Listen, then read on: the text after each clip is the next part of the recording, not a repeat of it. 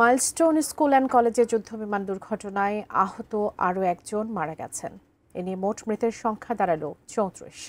দুপুরে নিয়মিত সংবাদ সম্মেলনে কথা জানান বার্ন ইনস্টিটিউটের ভারপ্রাপ্ত পরিচালক ডাক্তার নাসির উদ্দিন। তিনি জানান, রাত ১টা ৪৫ মিনিটে ১৪ বছর বয়সী সাহিল ফারাবী আয়ান মারা যান। এছাড়া সংকটাপন্ন বাকি ৩ জনের অবস্থা অপরিবর্তিত রয়েছে, তাদের পর্যবেক্ষণে রাখা হচ্ছে।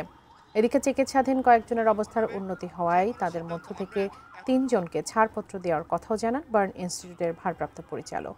আবহাওয়ার কথা বিবেচনা করে আগামীকাল তাদের হাসপাতাল থেকে ছাড়া হবে।